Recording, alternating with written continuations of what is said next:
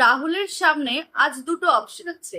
Number one, সে বহুদিন ধরে চাইছে তার বন্ধুদের সাথে দার্জিলিং বেড়াতে যেতে, আর সেই সুযোগ এসেছে।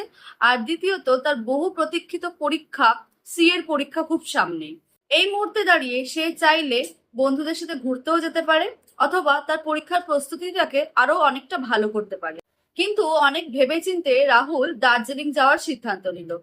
তাহলে এখানে এই সিদ্ধান্তের খরচ কত? শুধুমাত্রই কি যাতায়াতের ভাড়া, খাওয়া দাওয়া এবং হোটেল ভাড়া ইত্যাদি?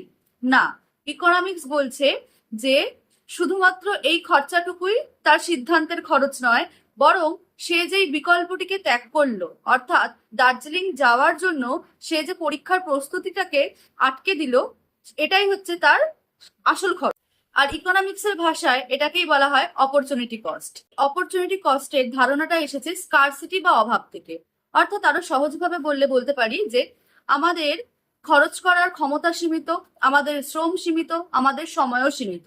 কিন্তু এই সীমিত সময়ের মধ্যে বা সীমিত সবকিছুর মধ্যে আমাদের চাহিদা অনেক। আর সেই চাহিদা পূরণ করার জন্যই আমাদেরকে যে কোনো একটা অপশন বেছে নিতে হয়। আমরা সবসময় সবকিছু একসাথে করতে পারি না। তাই যখনই দুটো বা তিনটে বিষয়ের মধ্যে থেকে আমরা যে কোনো একটা সিদ্ধান্ত নিই, তখন অপর সিদ্ধান্তটাকে আমরা হারিয়ে ফেলি বা অপর সুযোগটাকে আমরা হারিয়ে ফেলি। এবার অপরচুনিটি কস্টকেও দুভাগে ভাগ করা যায়। একটা হলো এক্সপ্লিসিট অপরচুনিটি কস্ট, অপরটা হলো implicit opportunity cost. Explicit opportunity কস্টটা কি? এটা হলো যেটা ডিরেক্টলি খরচা হবে, অর্থাৎ আউট অফ পকেট খরচা। অর্থাৎ বলতে পারি যে শ্রমিকের মজুরি, অফিসের ভাড়া, কাঁচামাল কেনার খরচ ইত্যাদি, যেগুলোর জন্য আমাদেরকে সরাসরি টাকা দিতে হচ্ছে, সেটা হলো এক্সপ্লিসিট অপরচুনিটি কস্ট।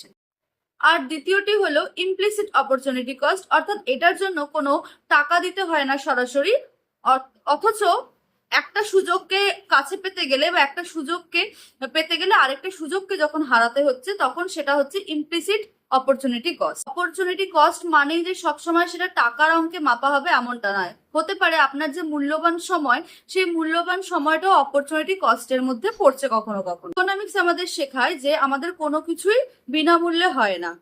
যখন আমরা কোনো জিনিসকে হ্যাঁ বলছি, অজান্তেই অপর একটা জিনিসকে আমরা না বলছি। আর এটা এই যে না বলছি, এই নাটাই হলো অপরচুনিটি কস্ট।